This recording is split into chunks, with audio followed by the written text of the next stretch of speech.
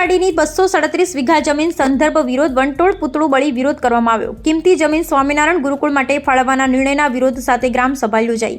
આંકલાવ તાલુકાના કહાનવાડી ગામની ₹114 કરોડની 237 વીઘા મૂલ્યવાન જમીન પાણીના ભાવે 38 કરોડમાં રાજકોટ સ્વામિનારાયણ ગુરુકુળને આપી દેવામાં આવી છે। આ મુદ્દે ગ્રામજનોએ આયોજિત ખાસ ગ્રામસભામાં રાજકોટ સ્વામિનારાયણ ગુરુકુળને જમીન નહીં આપવાની બહુમતીથી ઠરાવ કર્યો છે। ગ્રામજનો દ્વારા માહિતી મુજબ ગ્રામસભામાં માત્ર કલેક્ટર, ડીડીઓ અને મામલતદાર સહિતના અધિકારીઓને જ બોલવાનું નક્કી કરાયું હતું।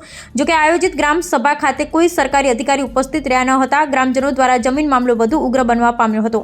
કહાનવાડી ગામના ગ્રામજનો વધુ આક્રમકતા સાથે જમીન બાબતે કોઈપણ સ્થિતિમાં લડત આપવાનો નિર્ધાર કર્યો હતો। જમીન સ્વામિનારાયણ ગુરુકુળ માટે ફાળવવાના નિર્ણયનો ખૂબ જ વિરોધ કર્યો હતો। ગ્રામજનોએ પૂતળું દહન કરી ઉગ્ર રોષ વ્યક્ત કર્યો તેમજ ઉપસ્થિત તમામ ગ્રામજનો સહી ઝુંબેશ સાથે ઠરાવ કરી જમીન બાબતે ફરી વિચારણા કરી નિર્ણય કરવાની માંગણી કરી છે। અને આગેવાનોએ જણાવ્યું હતું કે આખા ગામને અંધારામાં રાખી 114 કરોડની મૂલ્યવાન 237 વીઘા જમીન રાજકોટ સ્વામિનારાયણ ગુરુકુળને માત્ર 38 કરોડમાં આપી દેવામાં આવી છે। શિક્ષણનું હેતુનું નામ કરી અને મોટું કૌભાંડ કરવામાં આવેલું છે। આંકલાવ તાલુકાના કેટલાય ગામોએ આ આંદોલનમાં સહકાર આપવાની સહમતિ દર્શાવી છે। જણાવ્યું હતું અમારી જીવાદોરી સમાન કિંમતી જમીનને કોઈપણ ભાગે રાજકોટ સ્વામિનારાયણ ગુરુકુળને આપવાની નથી। અમે નાચે અમારી જ જમે તો પણ જમીન ફાળવવા દેવામાં નહીં આવે। મોટી સંખ્યામાં ઉપસ્થિત ગ્રામજનોની હાજરીમાં સ્વામિનારાયણ ગુરુકુળને નહીં આપવાનો સંપૂર્ણ બહુમતીથી ઠરાવ કરવામાં આવ્યો। અમારા ગામ માટે અમે વધુ ઉગ્ર આંદોલન કરવાના છીએ અને હવે રાજકારણની કોઈ પણ દખલ અમે સહન કરવાના નથી અને ગ્રામજનો પણ રાજકીય દખલને ચલાવી નહીં લે। સમય આવે પરચો પણ બતાવશે। મનુભાઈ પુપતસિંહ પડિયાર। મનુભાઈ, આજે ગ્રામસભા યોજી શું નિર્ણય લેવામાં આવ્યો છે અને શું હકીકત છે?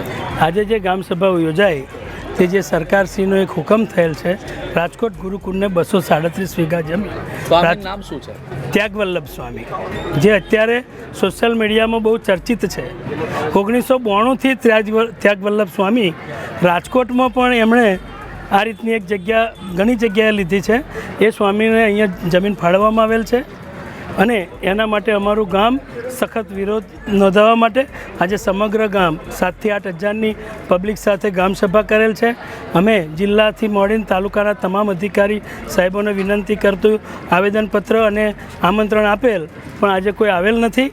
એટલે ગામનું અધ્યક્ષ સ્થાન અમારા ગામના વડીલને આપી ગ્રામસભાનું કામ શરૂ કરેલ, જેમાં અમે જે આ ઠરાવ થયેલ છે એને પખોડીએ છીએ, એનો સખત વિરોધ કરીએ છીએ અને એ ઠરાવ રદ કરવા સરકારશ્રીને અમે વિનંતી કરીએ છીએ। બીજો એક ઠરાવ એવો કર્યો કે જે ઠરાવમાં જે મહેસૂલ ભરવા માટેનો કાગળ આવેલ છે એ તલાટી અને વહીવટદારશ્રીએ એ મહેસૂલ નહીં લેવા માટે આજની ગ્રામસભાએ સર્વાનુમતે ઠરાવ કરેલ છે। અચ્છા, આપ જે ભૂમિકા કોની છે જમીન સંપાદન પાછળ? જમીન સંપાદન પાછળ અહીંયા હાલમાં સાંસદ સભ્ય અત્યારે તો એવું કહે છે કે બકાભાઈના ભલામણ પત્રથી થયેલ છે, તો અમે એમને પણ વિનંતી કરીએ છીએ કે અમારા ગામ માટે હવે ભલામણ પત્ર લખે। એમણે કદાચ 4-5 જણને કહેવાથી આ કર્યું હશે, પણ હવે એમને તપાસ કરાવવી જોઈએ કે ગામની પરિસ્થિતિ શું છે અને જ્યારે પૂરગ્રસ્ત ગામ હોય અને અમારું આશ્રય સ્થાન પીડિતોનું એ જ હોય અને આ ભલામણ કરતાં પહેલાં એમણે વિચારવું જોઈએ। અત્યાર સુધી ઘણા સંસદ સભ્યો થયા, કોઈએ આ રીતનો 237 વીઘાની ભલામણ કરી હોય એવું આજ દિન સુધી જાણવા મળેલ નથી। તો એમણે આ ભલામણ પત્ર પરત સ્વીકારી અને અમારા ગામના સમર્થનમાં ભલામણ કરી મુખ્યમંત્રી સાહેબને વિનંતી કરતી ભલામણ કરવો જોઈએ અને તપાસવું જોઈએ કે ખરેખર ગામની પરિસ્થિતિ શું છે। અચ્છા, કેટલો આક્રોશ છે? એટલો બધો આક્રોશ તો તમે બધા મીડિયાવાળાએ જોયું।